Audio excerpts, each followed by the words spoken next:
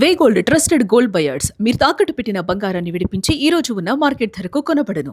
Okay, మరి అక్కడ రాజకీయ పునాది ఏర్పడి 1978లోనే విజయవాడ ఈస్ట్ నుంచి ఎమ్మెల్యే అయ్యి మర్రి చెన్నారెడ్డి గారి గవర్నమెంట్ లో ఫైనాన్స్ మినిస్టర్ అయ్యాడు. ఫైనాన్స్ తర్వాత అంజయ్ గారి క్యాబినెట్ లో కూడా ఆయన మంత్రిగా పనిచేశారు.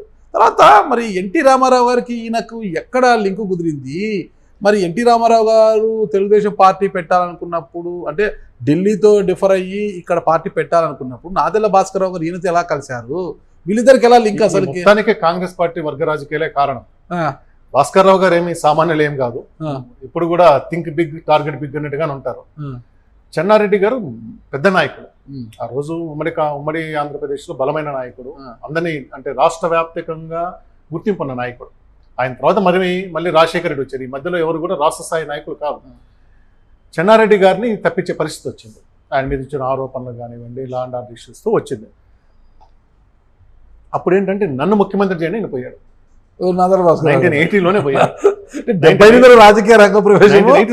ఎందుకు పోయారంటే ఈయన తప్పు కాదు, కాంగ్రెస్ పట్ల అట్లాగే ఉంటుంది. ముఖ్యమంత్రి తెలియని వాళ్ళకి చేస్తూ ఉంటారు. అంజయ్ గారిని తీసుకొచ్చి కక్కనాడ పెట్టారు. అంజయ్ గారు ఎమ్మెల్యే ఓడిపోయినారు, ఆ తర్వాత ఎంపీగా గెలుచున్నారు. ఆయన తీసుకొచ్చి పెట్టినారు. అంజయ్ గాంధీ నేను ఎందుకు కాకూడదు అన్న ఆలోచన ఆయనకు వచ్చింది. చెన్నారెడ్డి గారు టైంలో ఆయనకి ఫైనాన్స్ మినిస్టర్ ఇచ్చారు.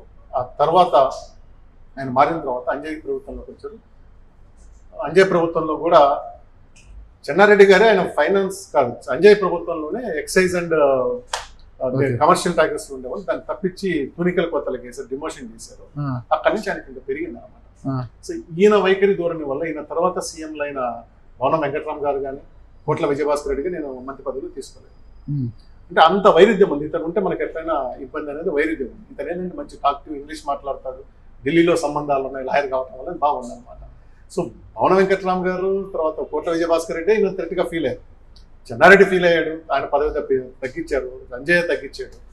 అట్లాంటి దగ్గర నుంచి వచ్చినప్పుడు ఇంతమందిని అడిగేది ఏంటి? నేను ఒక పార్టీ పెట్టేది 78 ఇందిరాగాంధీ కదా, ఎందుకంటే ప్రత్యామ్నాయం లేదు, ఆ రోజుకి బలమైన ప్రతిపక్షం లేదు, మనమే ఒక పార్టీ పెడితే ఎలా ఉండే ఆలోచన బాగా ఉంది.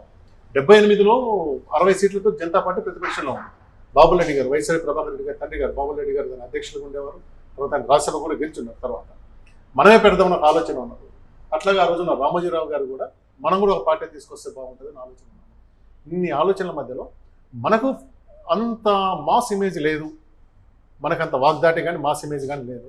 మాస్ ఇమేజ్ ఉన్నోడు ఒకరు కావాలి కదా అని వెతుక్కునే క్రమంలో ఎన్టీ రామారావు కనిపించారు. ఎన్టీ రామారావు గారు అప్పటికే తమిళనాడులో ఎంజీఆర్ ఇన్స్పిరేషన్తో ఉన్నారు. ఎంజీఆర్ వరుసగా 3 సార్లు గెలవడంతో ఇన్స్పిరేషన్తో ఉన్నారు.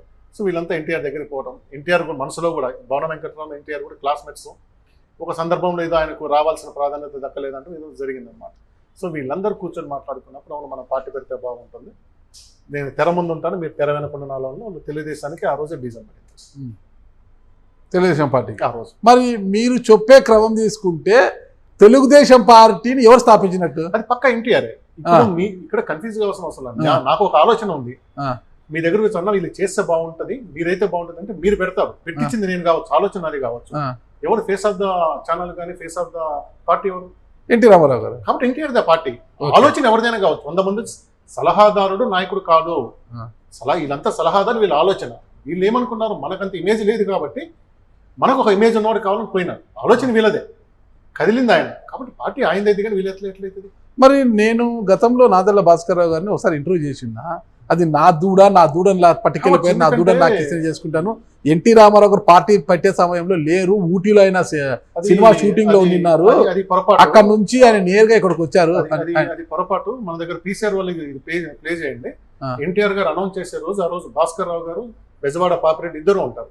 హైదరాబాద్ లో ప్రెస్ మీట్ పెట్టి ఆయన వెళ్ళిపోతారు, సభ పెట్టలేదు. ప్రెస్ మీట్కి వచ్చి చెన్నై నుంచి ఎయిర్పోర్ట్కి వస్తారు. ఎయిర్పోర్ట్ నుంచి తీసుకెళ్లి డైరెక్ట్ గా ప్రెస్ మీట్ లో మధ్యలో ఎన్టీఆర్, కుడివైపు నాదెళ్ల భాస్కర్ రావు, ఎడమవైపు బెజవాడ పాపిరెడ్డి మధ్యలో ఉండి పార్టీని అనౌన్స్ చేస్తారు. నేను రాజకీయ పార్టీ పెట్టబోతున్నా అని చెప్పి వెళ్ళిపోతాడు ఆయన. ఓకే. మరి ఈయన నా ఇంటర్వ్యూ ఎలా చెప్పాడు, ఊటీ నుంచి నేరుగా వచ్చేప్పటికే నేను పార్టీ ఇది చేస్తుంటే వచ్చాడు, నేరుగా వచ్చాడు. ఆలోచన పేపర్ వర్క్ చేసింది మొత్తం భాస్కర్.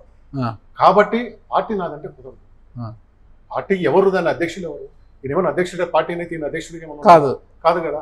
పార్టీ అధ్యక్షుడు ఈ రోజుకి వ్యవస్థాపక అధ్యక్షులు ఎవరు అంటే ఎన్టీ రామారావు గారే అంటారు. నాది అనటంలో అర్థం లేదు. ఆయనకు బాధ ఉండొచ్చు, ఏమైనా ఉండొచ్చు, కానీ పార్టీ ఆలోచన పేపర్ వర్క్ గ్రౌండ్ వర్క్ చేసింది వీళ్ళే, అందులో అనుమానమే లేదు. కానీ పార్టీ ఎన్టీఆర్ దాంట్లో నో డిస్ప్యూట్. అది ఖచ్చితంగా ఆయన